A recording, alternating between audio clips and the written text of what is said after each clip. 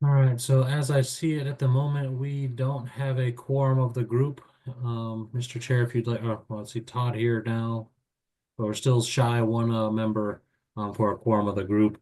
And so if you want to hang out for a little bit, we can pause to see if we can get a few more members here. That sounds good to me.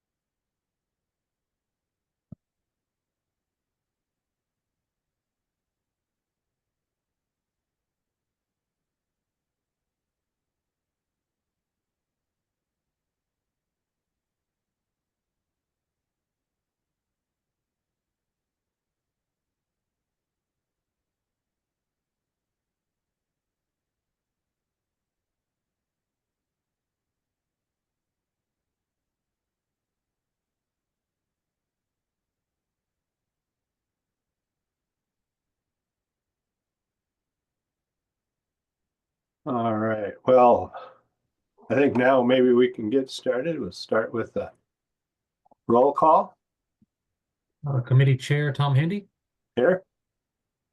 Council Chair Damon Doyle. Not seeing in the attendees list today. Council Vice Chair Todd Bayreuther. Here. MVPE Committee Chair Jay Arnold. Not seeing them in the attendees list today. BFRW Committee Chair Roger Haringa. I'm here until 2:30. Thank you. Council Member Chell Anderson. Present. And Council Member Matthew Hebner. Not seeing in the attendees list today. And Council Ex Officio Member Representative Alex Ramel. I'm not seeing them online today. We do have a quorum. If we haven't concluded business by the time Roger has to take off, we will no longer be able to conduct official business, but we can continue discussions. That sounds good. Then the first thing on the agenda will be then to, well, we'll let anybody else in the room who wants to introduce themselves do that. Just go ahead and raise your hand if you want to. Patrick? Yes, thank you. This is Patrick Hanks with the Building Industry Association of Washington. Welcome. Hoyt? Yeah, Troy Jeter, the principal engineer at City of Tacoma. Good afternoon, Elizabeth. Yeah, Elizabeth Twersky with Cascade Natural Gas. Okay. Larry, I see you're clapping. Did you want to introduce yourself too? Yeah, Larry Andrews. I wasn't sure which one to pick because I didn't see the normal one. Thanks. Sure. All right. Anybody else? All right. Next on the agenda then is to review and approve the agenda itself. And that should be on screen for everybody, correct? Yep. This is Todd. I move to approve. Second. Okay, moved and seconded. Any discussion? Hearing none, all those in favor signify by saying aye. Aye. Aye. Aye. Motion carries. Next on the agenda is to review and approve the minutes from November 5, 2024. They're on the screen now. If you haven't looked at them before, you could do so.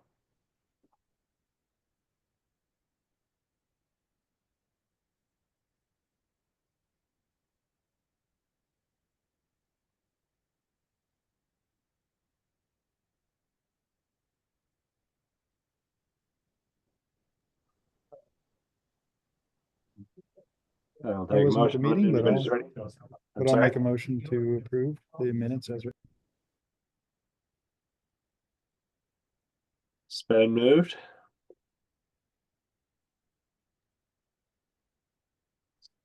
Todd, I'll second. Moved and seconded. Thank you. Any discussion on the minutes? Hearing none, all those in favor of approving signify by saying aye. Aye. Aye. Any opposed? All right, motion carries. All right, next on the agenda is let me get back to it here. Legislative update. Actually, we had on there, oh, sorry, no, we didn't. I'm looking at the minutes still. So for our legislative update, my plan here is to go over some bills that have come across my desk as potentially involving the SBCC. I'll go over them kind of in number order, and there's a couple in here that we might want to talk about a little bit further. So let me minimize our agenda and maximize where I've got the bills pulled up. First on my list for talking about is going to be the House Bill 1010. This bill's in the original format.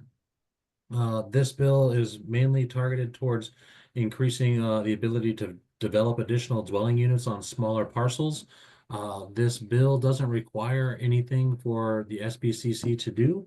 And I believe the only reason it was flagged for our attention in the first place is here in section 2. Any detached accessory dwelling unit must be subject to the water supply requirements in our RCW. And then as long as they have potable water, they should be allowed to develop additional residences per the rest of this bill.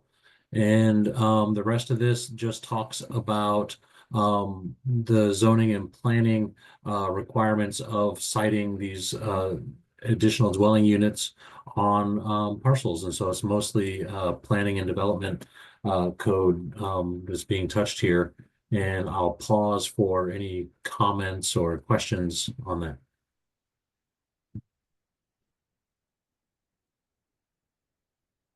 All right, I'm seeing no hands on this one. We're keeping our eye on this one as if there are changes that might impact us a little bit more, we'll just keep an eye on this one, just keep abreast of any changes that do come along. I'm going to go ahead and close that one out so I can get more and more organized in here. Next one I want to discuss is House Bill 1015. This one concerns energy labeling of residential buildings. This one is intended to make it easier for people buying homes to understand the energy performance of their building. It creates an optional energy performance report program for local jurisdictions to inform those potential buyers of the energy emissions and consumption of their building. Prior to this going into effect, a local jurisdiction would have to develop their program and also do an analysis to see how requiring these reports affects the low-income home buyers and home sellers. And I'll pause real quick to just acknowledge Jay Arnold is with us at this point now as well. And so when Roger has to take a break, we'll still be good to go for business.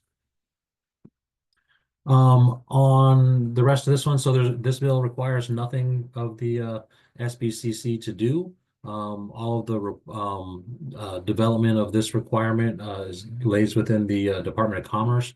And so I'll pause real quick to see if anybody has any comments or questions on the requirements of this bill. Angela. What was this bill number? This is House Bill 1015. Thanks. You'll probably, I think you're looking for House Bill 1083 to come up. No, I'm just trying to keep a note of what we're talking about. I Thanks. got you, no problem. One of the ones that's has similar sections in there, and I said misspoke, 1083. It's 1183, has some stuff that I'd like to talk about a little bit more on there. So for this one, we're maintaining a neutral position on this one with low priority. I don't anticipate this coming and evolving into something that we would have to do any rulemaking for at the moment. So we'll keep an eye on it and and stay informed.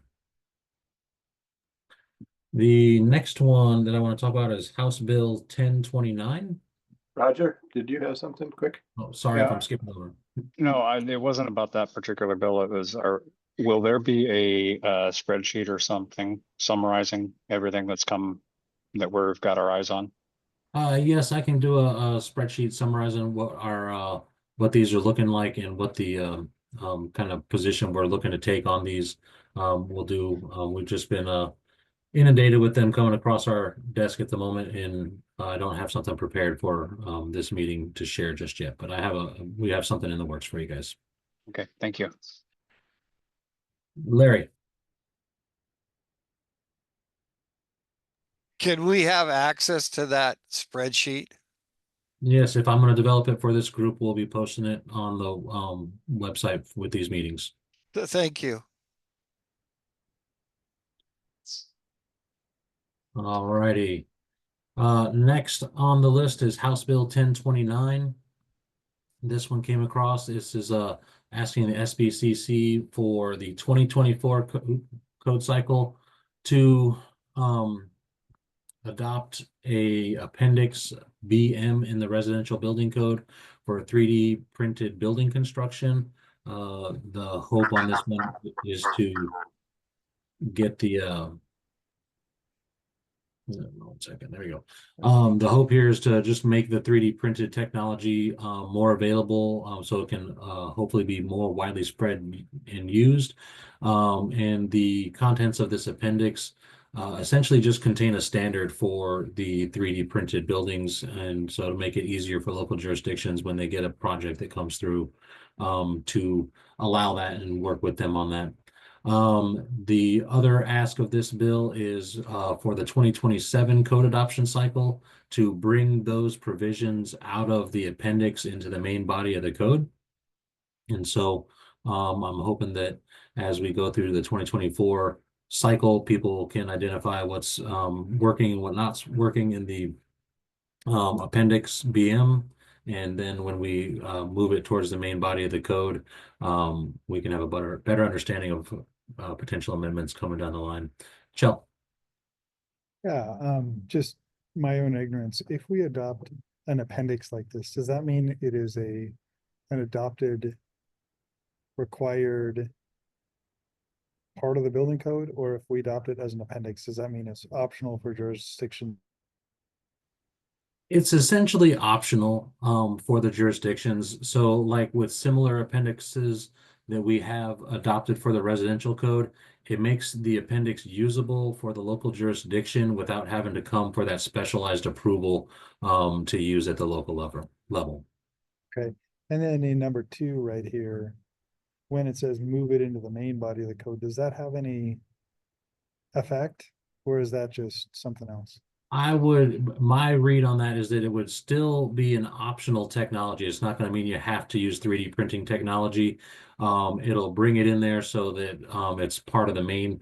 I would assume it would go into chapter 3 for the building planning portion of that code, and really just point to the standard for 3D printed buildings.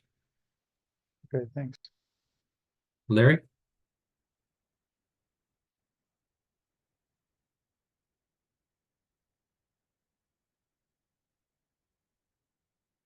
Larry, if you're going, you're on mute still. Does that mean that when you're building a residential structure, you're going to have a 3D printout of each structure now, if this comes into effect? No, this is for construction technology that uses an armature system similar to a 3D printer that might print a small model, but it's going to print an actual house using approved materials through the standard. So you're going to have to do that with every house, every resident?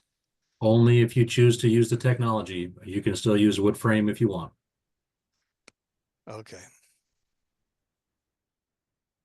There are some So- builders who use 3D printed technology, and this would, I guess, help jurisdictions understand how they build, how to permit their buildings. There's some developers that use 3D printing.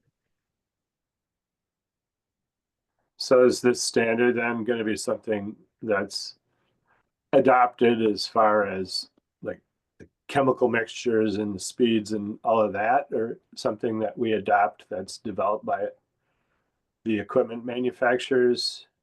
Or is Yes. it something, how's that? So gonna go? there are, the adoption of the appendix comes along with a requirement for special inspection for 3D printed buildings. The materials are to be approved, and there are some guidelines within the standard. I'm not the expert on the standard because it's new to me as well. But one of the other things that is maybe seen as a pro for this particular appendix to be used and readily available is the amount of inspection required. So once they set up one of these machines on site, you can run the program to print out your building. And as long as the same machine and the same crew is doing it in a small development, the appendix allows for a reduced number of inspections, so it might expedite some processes there as far as home building times. And as I understand, when you're printing out the building, you will be pretty speedy going from foundation to the full walls. And I don't think there's much more being printed other than the walls. And then there's, the energy components that go in on top of that. Todd? So related to this and 10 or 1183, there are other my understanding there are standards for 3D printing and also some new panelized closed panelized systems, so forth. Where are these standards referenced? How are they integrated? I saw Colorado just adopted. I need to do more homework on it, but that's my question on these is how do you reference new standards rather than pennies? For this one in particular, the standard is listed in the appendix. And so, like other appendixes that reference standards, it has a section at the end of the appendix that says these standards apply to the use in this appendix. When we bring this into the main body of the code, that standard will likely still be pointed to in the main code language, but the standard will be integrated into the reference standard section of the code. So it won't necessarily, it'll still point to it, but it won't have it all condensed right there for all of the standards touching that code provision. So is that saying that the appendix is the charging language to reference those standards? Yes, sir. Gotcha. Thank you. Roger? I'm assuming the action is to monitor this, but if it passes, then get it to the residential tag. Yes, sir. And so on this one, this not requiring us to necessarily make amendments to it, but in preparation of this one, the residential tag, as they move, we're going to be right there at the end of the legislative session as we're approaching the end of our group 2 review period and proposal period. So as we do this, I think we should prepare to adopt the appendix without amendments. And that would be fairly straightforward and easy. But if we have the time, we can always include it and entertain amendments to that. And then as we get into the 2027 cycle, I think we'll have identified more of what the issues and wrinkles in the system might be and be able to make more informed decisions on what amendments are needed. Actually, Dustin, a suggestion for the bill is at least in the 2027 cycle to actually suggest that amendments can be made. Because the way I read this right now, I don't know that the way this is written, we would be allowed to make amendments. It says we're supposed to adopt the 2024 International Residential Code Appendix BM. I guess I'm not sure if this law would allow us to amend it, and eventually it probably should. So that might be a comment to whoever the sponsors are. Getting back to that, legislation having code language in it. Yeah.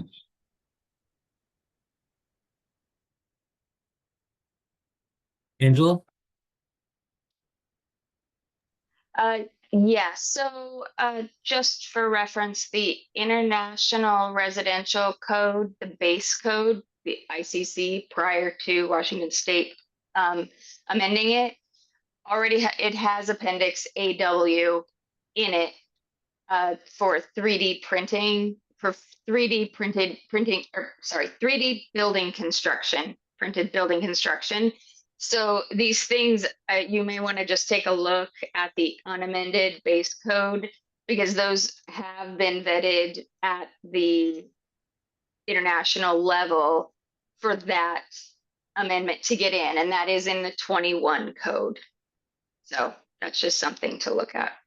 Angela, could you tell me what the appendix letter is for that? If it's different than VM, that's another thing we should maybe bring forward to It's the AW. AW. Yes. And I haven't looked to see, I haven't looked to see what it looks like in the 24, if it moved or anything like that. But in the current 21 that we're using, it is there in the unamended code. Gotcha. All right. Todd. Yeah, the other comment I'd have on this is I don't necessarily, dictating that it is only the residential code maybe could be softened so that the council can determine which code is best placed in. Maybe it's both the residential and the building code. We could do that. 3D I think technology might be applied to multifamily buildings too, right? the intent here is to make it a little easier on the council right in the beginning. I don't believe that there's an appendix in the building code for 3D printing. And not to say that we couldn't put something in there. But you're thinking if we amend to just say the Washington State Building Code maybe instead of the residential code? No, on number 2, I'm just saying in the next cycle, specifying that it's only the residential code could be eliminated because we might determine that the technology applies to both, right? Yes. It's it's a proprietary system usually, right? So even though you're going towards some standard, I don't know that it necessarily only belongs in the prescriptive code.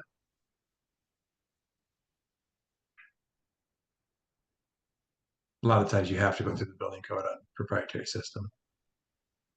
Yeah, and this is one of the ones where it's bringing some building code stuff into it with the special inspection being required, which is a little different for residential code stuff. I guess that's my suggestion is strike residential and number 2 and let the process play out. Have notes on that one. Jay? Two questions building on what Roger and Todd had said. One is, since we want to change or we're looking at some language changes here, do we want as a committee to consider a category other than monitor? Because we would like the ability to do amendments when we consider these. And then secondly, Todd, to your point on the building code, is there an appendix that exists within ICC today? Because if you're looking at saying we're creating code to allow 3D printed components in the building code versus saying we're adopting an existing appendix, it's a whole different category of work. Yeah, if I may respond to that, wait, before you jump in.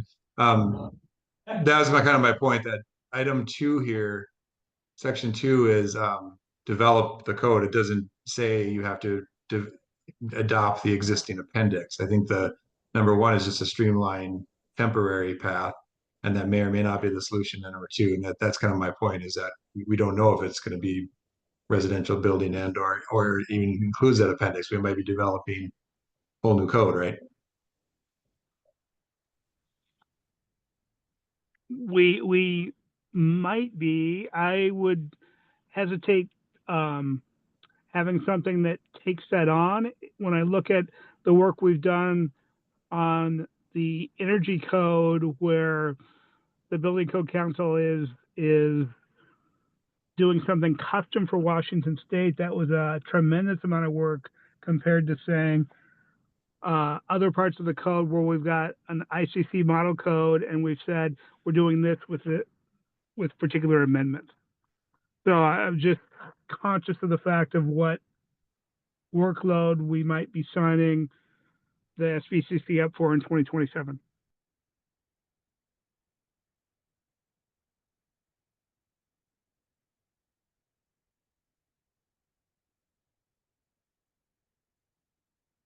I am looking to get in to see if there is any such appendix in the 2024 building code for 3D printing.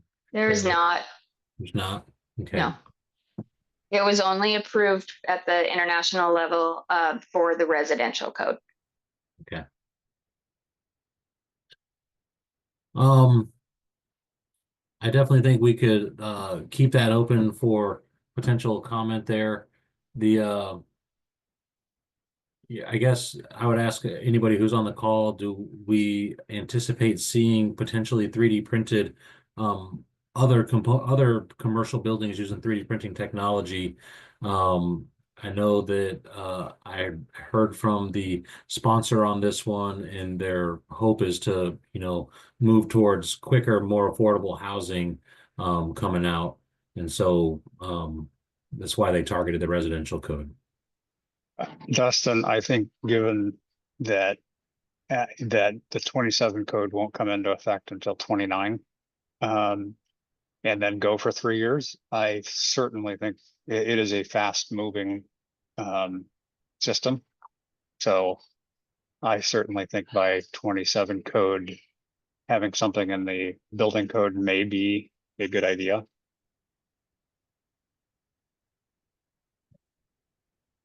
Wait. Yes, a couple things on these that I'd like to bring up. The residential code deals with a very prescriptive method on how to design it, and that's why the 3D printing for the residential code is a lot easier to meet. When you go to the commercial codes, there's a lot of listings and testings and other items that have to be approved. It is not as simple as the residential code. That's why it is a prescriptive way. I would not recommend doing the 3D printing now. One thing that happens in the ICC level and stuff, they're actually looking at, somehow approving these 3D printing type of installation place. It's just similar to like when people fabricate something like a SIPS panels or something like that, it's at a plant. Is that plant certified? Do they have proper people for doing it? Are they doing other things? I don't think it's really ready now for the commercial based on my research and understanding of the 3D printing of building. I think in the residential you can, because one of it is not required to be stamped by a licensed professional. And it's a prescriptive method. It's very easy to put that into being able to print these 3D buildings in-house, but I don't think it's really something the state should be doing on the building code for all the occupancies that are in there. And the second issue that comes up in these 3D printings, it is required in a lot of these building codes that are required to be stamped by licensed design professionals. And one thing's the documents have to be prepared under their direct supervision to get a stamp on that. How are they going to do that on the 3D printing stuff? What kind of things do you have to verify? I'm not sure we should be going ahead of the ICC process since they are looking into this and getting it in there. And I think it would be hard for us to think of all the requirements and all the checks that we need to do when I think it should be more of a national procedures to make sure things are caught correctly. That includes plumbing, electrical. I mean, we have electrical things in our state. I don't think it's as simple as just say, let's do it for all IBC buildings, or have it as an option for an IBC building. I think it should stay, if it stays in there, it'd be under only the residential ones.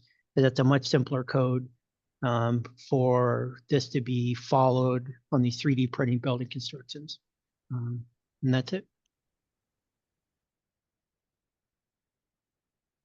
Todd? Yeah, I'll summarize my statements by saying, this is emerging technology, and this is exactly what I do in a different way. We're bringing new components, assemblies, and full systems to market in manufacturing settings. So these has to do a lot with process. So this is going to lean heavily on standard development and also IC, usually code listed materials like ICC, ES, code reports that build acceptance criteria and so forth. So it's going to move way faster than the legislature and these 3-year code cycles at both the state and the national level. So there has to be pathways that allow for these more proprietary systems, which are not just the products, but the processes also. So this is where I get nervous that we think this is only about printing, prescriptive houses. We might be printing, structural beams and columns and things like that. I mean, I print 60 by 12 foot wood panels right now, technically, right now with what they're talking about here, but it's the same pathway, and it does take a lot of testing, inspection, and so forth. So I think we can't dumb the problem down to the residential code only. A lot of it's going to be in the building code. Angela? Okay, I think we're getting a little confused and in the weeds because this bill is saying that we have to adopt this appendix and then we can make it optional. This is then mandating that we have to put that language into the base code so that it is no longer optional. I mean, yeah, no, people don't have to use it, but it has to be allowed in the residential code. Nowhere in here does it say we cannot adopt it in the building code. As the building code council, if someone makes a proposal for the 27 code to put it into the building code, the tag is more than welcome to vet that and put it in. This is actually mandating that we do not have a choice in the 27 code cycle. We have to put it in the body of the code.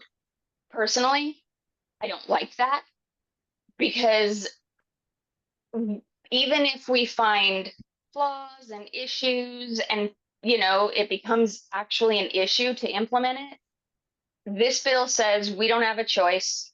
Even if it completely blows, it has to be put in the code. It's not that we can opt for it or consider it. It's that it has to be in there.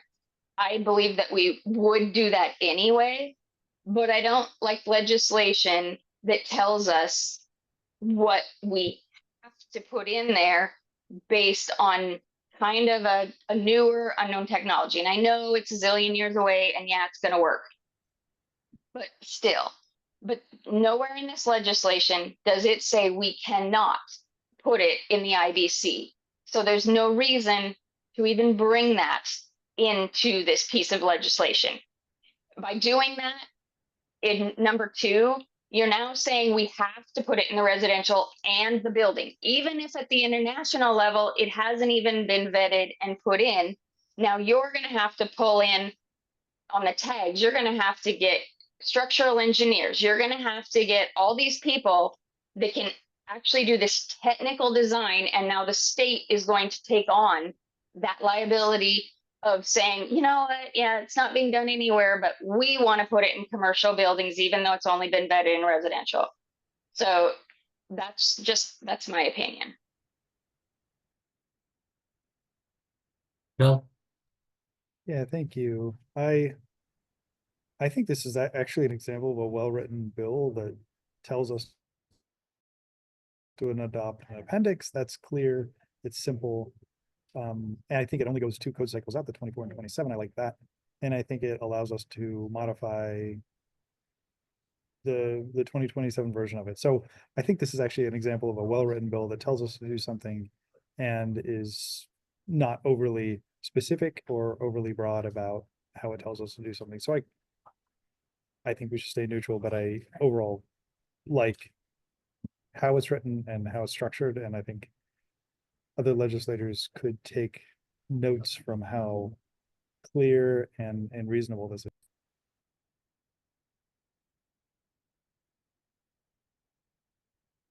Alrighty, so on that one, right now, I'll let Krista go. Just wanted to mention that Appendix BM is correct for the 2024 code.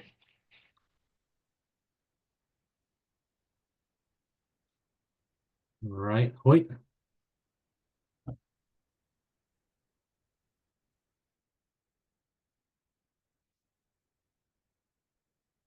Hoyt, did you not have anything at the moment? Oh, no, I just had to unmute. Sorry about that. I clicked on the wrong button.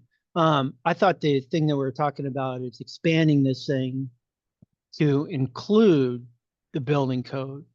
And all I was talking about, I want to make sure, I don't think we should extend that out because the residential code is a prescriptive method, which is much easier to meet than it is in the building code. That's what I was talking about, is I don't think we should be modifying this to include the building code at this time due to the different complexities. I mean, you got rated assembly, special inspections for penetration, got all these other things that people can start using this for. You don't have all those requirements, structural observation and some things. How are you going to get structural observation on a 3D printed item that's going to go out there that some buildings are required to have that?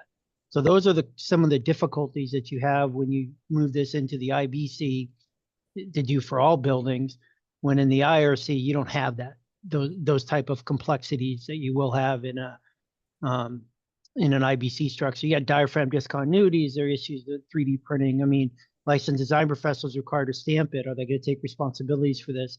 That's why I was just talking about, let's just keep it right now, stay with what you're doing with the IRC, because it is a prescriptive.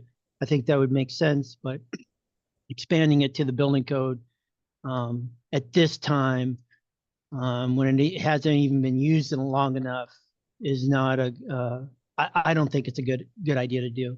So hopefully I was clear on that. Maybe I wasn't when I first talked. So. Gotcha. I think you were clear, Hoyt, on that one, and I think that Todd is clear on his thoughts on that one as well. There's lots of vetting and stuff, and to have an avenue open for development. So currently on this one, House Bill 1029, we're presenting a neutral position. We have a council meeting next Friday where I intend to have a committee report on this one. Does this committee think that we should change our position on that from neutral to support or oppose or have concerns? We have some time, we can work on that one. This one's not coming to any hearing right away. So I just ask the council the committee, if they would like to bring a specific position forward to the council on this.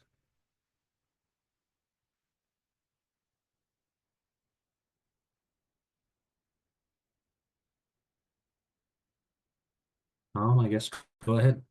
Yeah, I mean, I think Angela's point was really well taken, at least from my point of view. It doesn't preclude us from doing other things, but it doesn't make us do it if it doesn't make sense to do it at the time either. So I would either go neutral or support on this as written. Okay, so as we come to the council, unless there's changes on this one, for our committee report, I would bring forward that we remain neutral on this unless there's conversation at the council to change that otherwise. And this does seem to work well with our policies and procedures and timelines as well. And so I didn't see much issue presented by this to the council.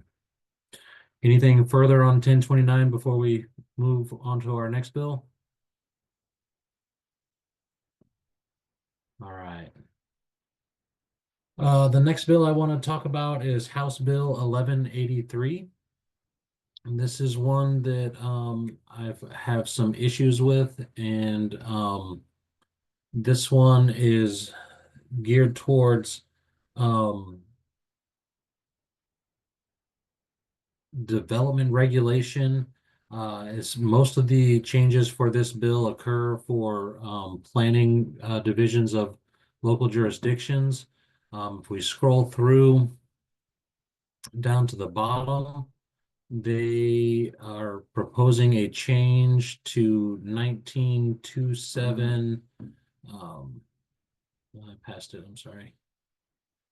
1927 042, which is for indigent housing I may have spoken just a little bit wrong on the title there, but it's for emergency housing. And what they're asking for here is to, by March 31st of 2026, to adopt standards for cities and counties to allow passenger and freight elevators to adopt standards for global safety standards, or in the alternative, the current North American standards. And then they also would like a cities and counties to be able to allow passenger elevators no larger than those that accommodate a wheelchair for apartment buildings with at most 6 stories and at most 24 units in total. So looking at this, Chapter 30 of the International Building Code is there for elevators and conveyances. We have a couple of amendments to that section. The one that stands out that it may be an issue in comparison to this is there's a requirement for passenger elevators to accommodate a stretcher. And so there's some minimum dimension requirements that would be larger than a platform lift that is wheelchair only. And the other issue that has become apparent is that most building departments are not in the business of regulating elevator installations in the state of Washington. The Department of Labor and Industries has been tasked with all conveyances and machinery in buildings, and they adopt a standard for elevator safety, which happens to currently be the same standard listed in the International Building Code. It's an ASME standard, and speaking with them, they are reluctant to go to a global standard, the ISO. They see it as a significant departure on life, health, and safety for these conveyances. And they also feel that by inclusion of that standard, which would be different than theirs in the building code, it'll create some issues in enforcement and who is responsible for what. So it is, based on my research, I believe that this legislation belongs more squarely in a RCW for Department of Labor and Industries, which is RCW 70.87, and their WAC for that is WAC 296-96. And in those locations, L&I adopts the reference, but they make no reference to building codes. And so speaking with them, they'd like to be supportive any way that the SBCC needs to make this work appropriately in the state of Washington. And so for this particular one, I have it flagged as we have concerns with it, and it's got a priority high on there. This particular, well, not this particular bill, there's another bill that has the same exact language that you have here on screen. It's Senate Bill 5156. This one goes to committee hearing on housing tomorrow at 10:30. So I'll pause for a moment and let Chell have the floor. Okay, I had a question, which is about the ADA, which is a federal law, obviously. And my understanding is the ADA in 407 requires certain elevator sizes as well. So even if this passed, I think we should bring that it might conflict with the federal law, the ADA, and I haven't done the research on that. But in looking at it, it appeared to me to be in conflict with that. So I don't know if anybody has more expertise on that particular area. I do not, but Angela? Well, to Chell's point, I haven't looked into the accessibility, but we don't actually enforce the ADA.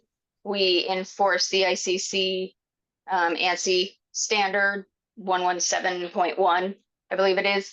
That's where we get our things for the building codes. But also, what was it? Okay, so this applies to emergency indigent housing. Is that a defined term as far as the emergency? I know what indigent housing is, but emergency indigent housing, is that temporary? Is that just we have a homeless situation and so we need to do some quick apartments?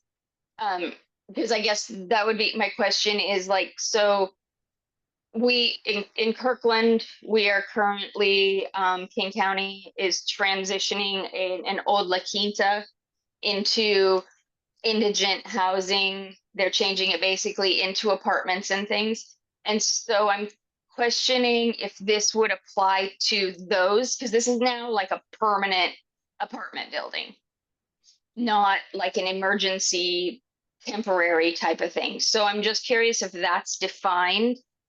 And then the difference that this creates, I'm not sure on the standards, because yeah, that is an L&I, the sizing.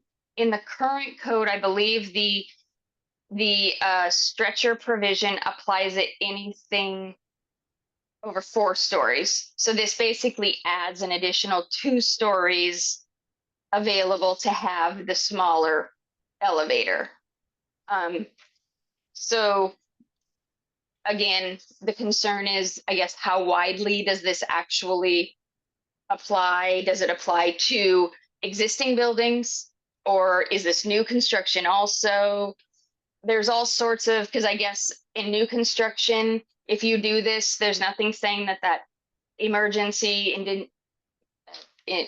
indigent housing can't then transfer into, again, just housing.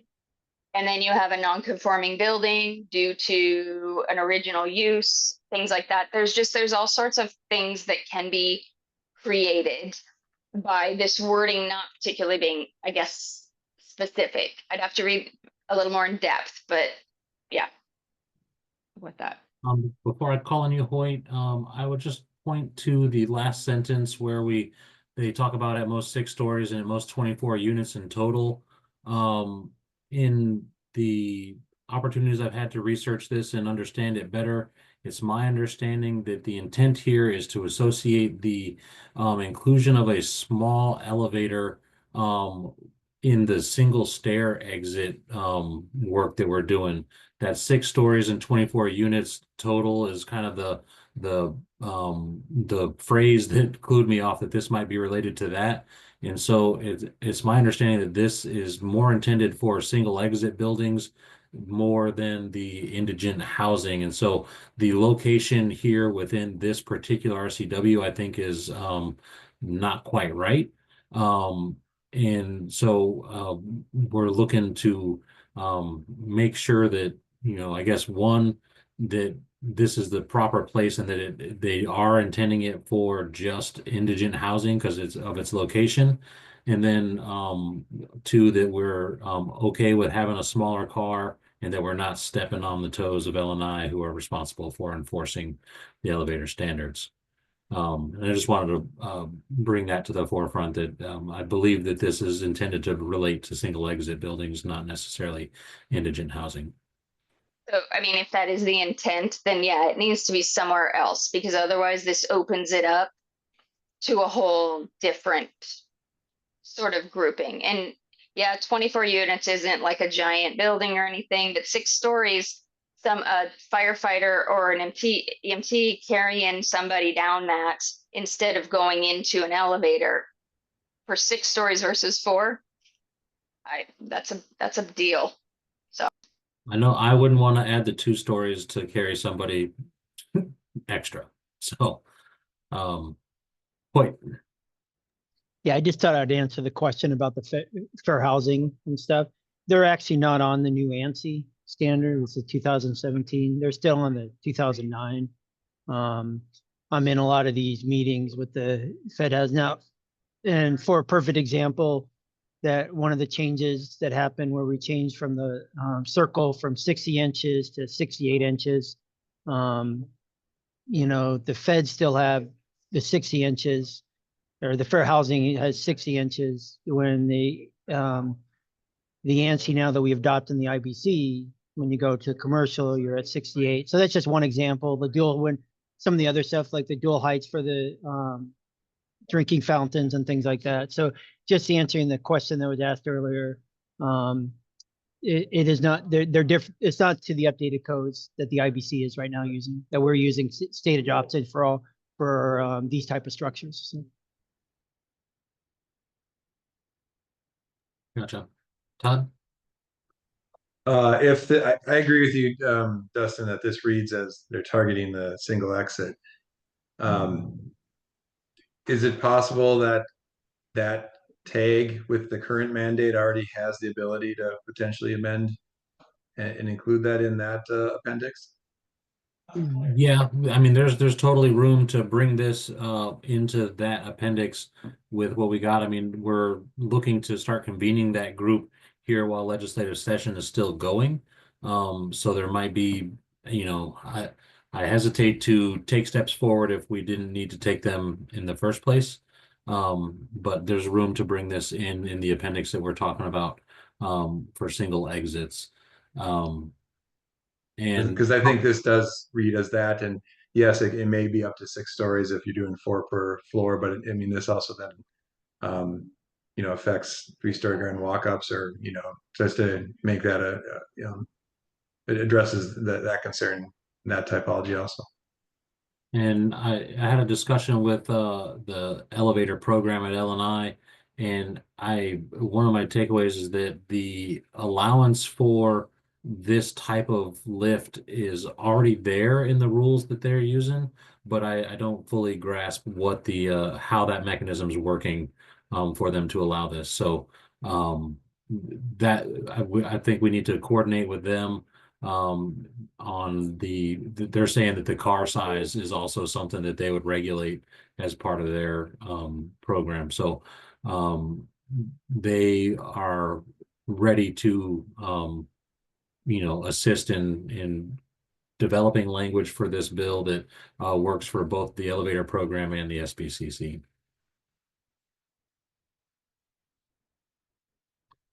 So currently, this one, we have concerns high, but this one isn't moving in the immediacy. The one that is not a companion, but is very closely related to this one, I'm going to skip over to Well, just to clarify, do we really have concerns, or do we have willingness to participate and improve it?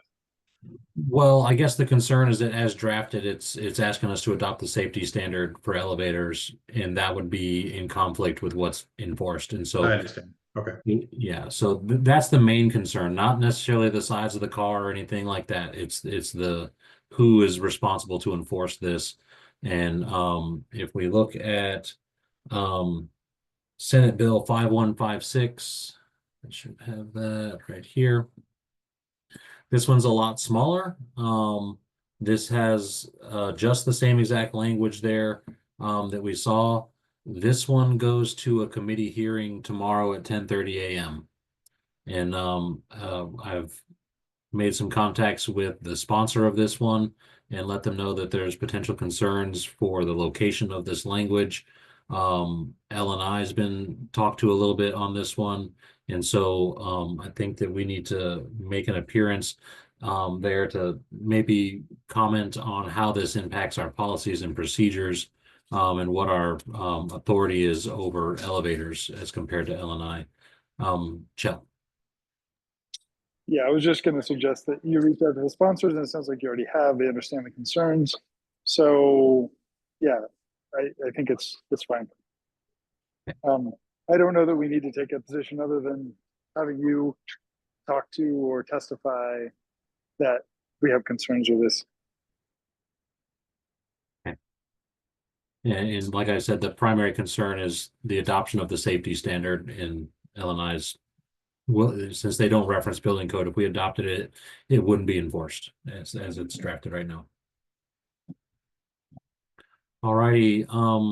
Is there anything else on House Bill 1183 or Senate Bill 5156, since they're both on pretty much the same topic? All right, so Yeah, I will need to leave this meeting in a couple minutes. Sorry. okay, and is Roger already gone? Looks like he is. So Chell, when you head out, we will suffer the lack of quorum and we'll continue the discussion. But just make sure, raise your hand as you head out so I can make note of it. Really, Okay. Getting down, next one I want to bring up is House Bill 1254. This one I view as a win for the council. Last year, we had some late in the game testimony, speaking to the inclusion of, code language in the, rule of law. And so this bill is essentially saying, we hear you, Building Code Council, and we're going to do something about it. So in the first section, 1927.031, they changed to remove reference to specific portions of the WUI code, referenced in 1927.560, and just say that we are going to adopt the International Wildland Urban Interface Code published by the ICC, and that'll be the end there. And then the changes that come through in 1927.560 still keep the upon completion of the statewide wildfire hazard map and base level wildfire risk map for each county of the state. The technical provisions of the WUI code published by the ICC will be in effect, and all of the ignition resistance construction language that was in that RCW is proposed to be struck. And then the remainder of that remains the same. So in the interim that the mapping is not complete, the cities and counties may adopt the International Urban Interface Code in whole or in part, but they're not allowed to amend it. So with that one, I have this one as a support for us, being that we've talked about exactly what's included in this bill previously and have testified to that effect. And the priority on here, we're gonna keep as high and work with it. I believe that WABO has reached out and made some suggestions on the language here. And Angela, since you're representing them, are you in the know on what was sent out earlier today? Are you referring to Micah's email? Yes, ma'am. Yes, I do have that. Okay, so yeah, what he noted was that he thinks that section 2, item 1 should be modified to provide a reasonable timeline for rule development, because we have gotten an update from DNR and they didn't receive an appropriate level of funding to create the new maps, and they're significantly behind on the development. They're just starting the exploratory committee, like coming next month, as far as we know. And so he said, with this in mind, the SBCC rule process for the WUI should align with the implementation of the next code cycle and not the map completion, especially based on the desired public outreach and involvement that public testimony had requested. So he had a suggested modification for section 2, item 1 to state, upon the completion of a statewide wildfire hazard map and a base level wildfire risk map for each county of the state, per RCW 43.30.580, the State Building Code Council shall by November 1, 2029, adopt by rule the technical provisions of the International Wildland Urban Interface Code published by the International Code Council, Inc., pursuant to RCW 19.27.031. And by my read of that language there, I like that it kind of sets a timeline that's not in alignment with the mapping completion, and I think would make it a little easier for the Building Code Council to develop the rules there. Chell? I have to leave now. Apologies. Okay. Thank you, Chell. Yeah, I mean, basically, I think what it's doing is, you know, just kind of saying that we should get the rules ready with the 27 code process. We should have those ready to go versus the maps all of a sudden come online in the middle of a code cycle and then we're scrambling.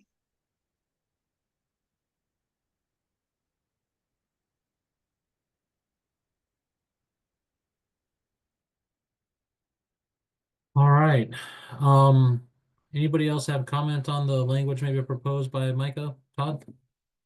Not by Micah, but I do think in section 2, paragraph 3, I need to reread that and understand if that still applies, that it may not result in a code that is more than the minimum performance for standards. It might just be something to look through to see if there's inconsistency now if you're striking all those prescriptive requirements in one. It's a minor thing, it just needs to be maybe looked at. Right. Let me please. I'll study it more. But I'm really excited that they're at least proposing this. See how it goes.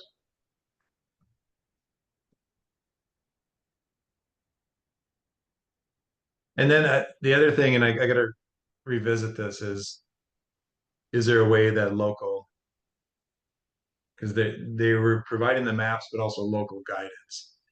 And so right now it's my understanding, instead of going null and void on the whole code until these maps are developed, you know, can we reinforce the local process until a statewide model and the maps are completed?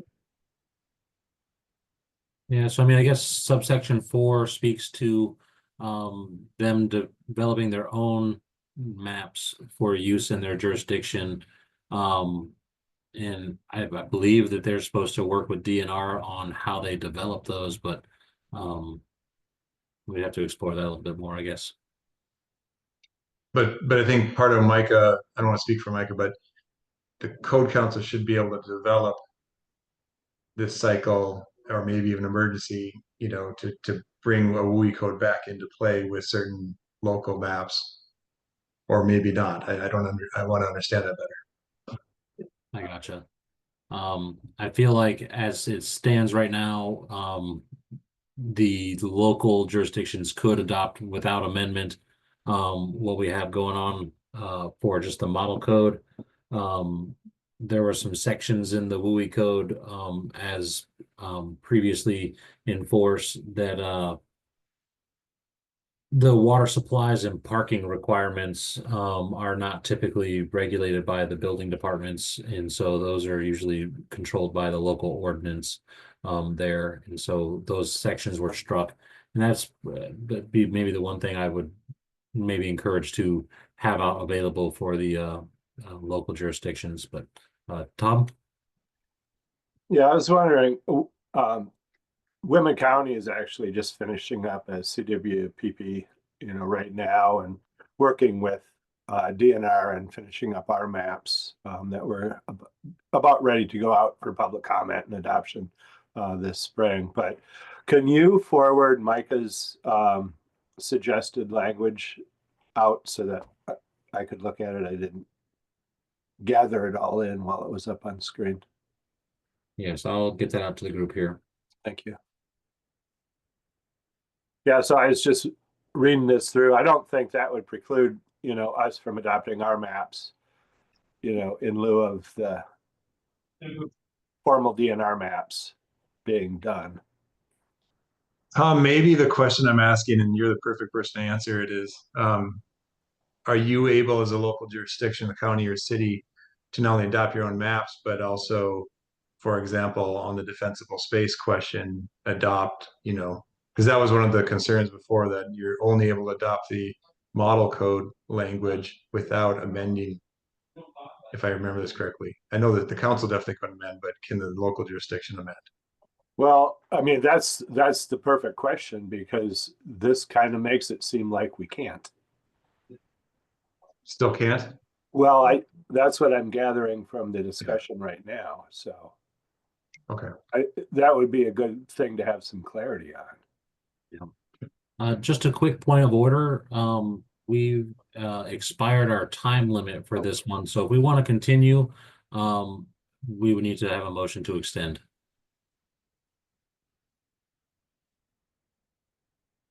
Otherwise, Well, we can bring the rest of this back at the next week's meeting and it'd be a little bit more concise.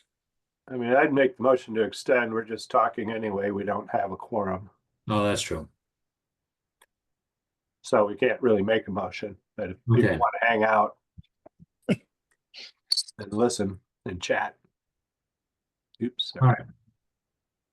Well, with that in mind, with this one, do we want to, I guess, bring this for more discussion at next week's meeting? Maybe bring it up a little bit earlier in the meeting. Okay, we can do that. I've got two more bills to run through real quick, and then we can wrap her up. I didn't mean to bring up the agenda. The next one is Senate Bill 5190. This allows school district, or would allow school districts to request an extension on energy performance standards. They it doesn't require SBCC to do anything there, and requires the Department of Commerce to develop an extension program without administrative penalty for K through 12 schools. And so we don't need to do anything there. And I'm trying to get to the language change there. Here we go. School district may request to extend a K through 12 school buildings compliance date beyond the scheduled date established in A of this subsection. A request to extend must be submitted to the department prior to the building schedule compliance date and include a non-compliance mitigation plan that demonstrates the school district is taking action to achieve compliance.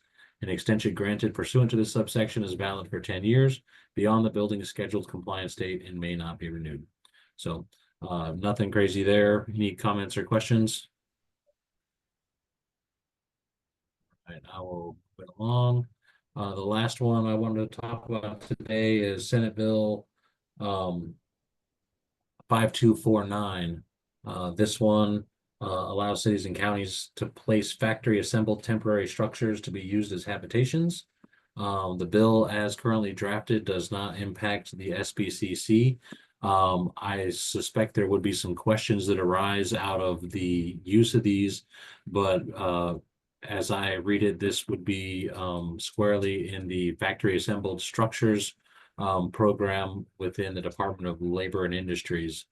And so as it'd be similar to mobile homes and other things like that. And then they're specifically looking for temporary versions of these. So as drafted, I don't see it's as a concern for this building code council.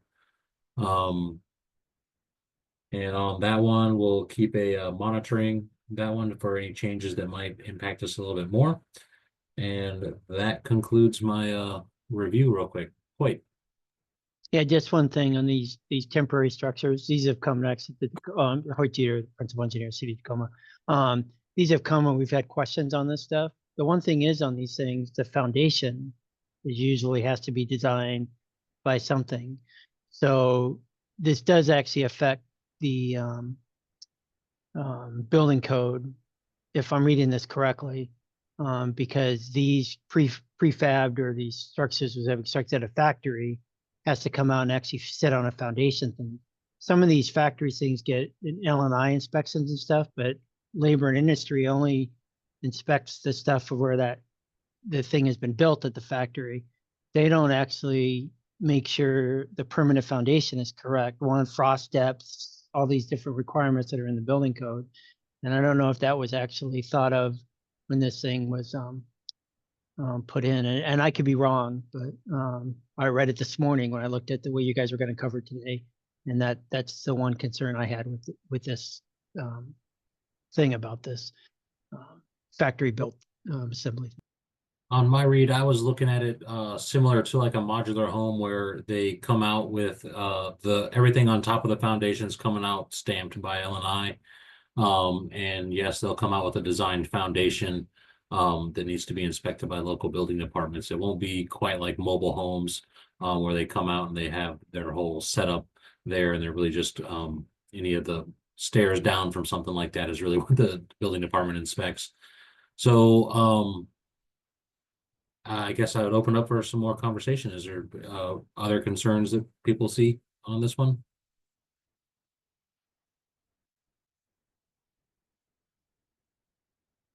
Not hearing any. So far, we're just looking at this one to see if it changes any that might affect building code council a little bit more.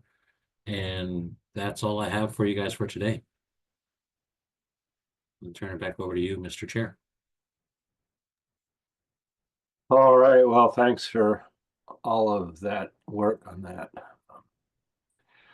Is there any other business or any other public comment, I guess, at this point as well?